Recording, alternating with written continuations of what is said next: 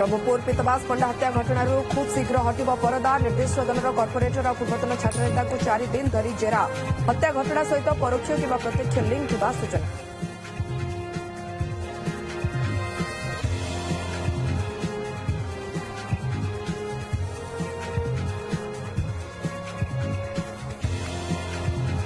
आसुची बड़ वर्षा आसंता काली सुधा लघुचाप 23 अवपातर संभावना। अमेरिकीय पाणीपाग संस्था जीएफएस बात्या आकलन परठू छनका हेले एजाए स्पष्ट करिनी आईएमडी। 21 पूर्व समुद्र फेरी आसवा मत्स्यजीवी जारी होइछि परामर्श।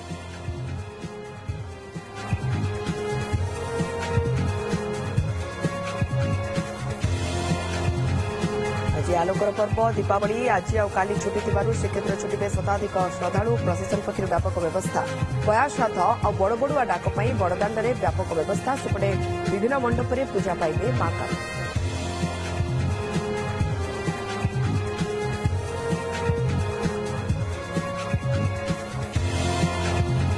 दीपावली भुवनेश्वर कटक रे बाण फुटा कटकड़ा संध्या 7टारू राति 9टा जाए बाण फुटार अनुमति।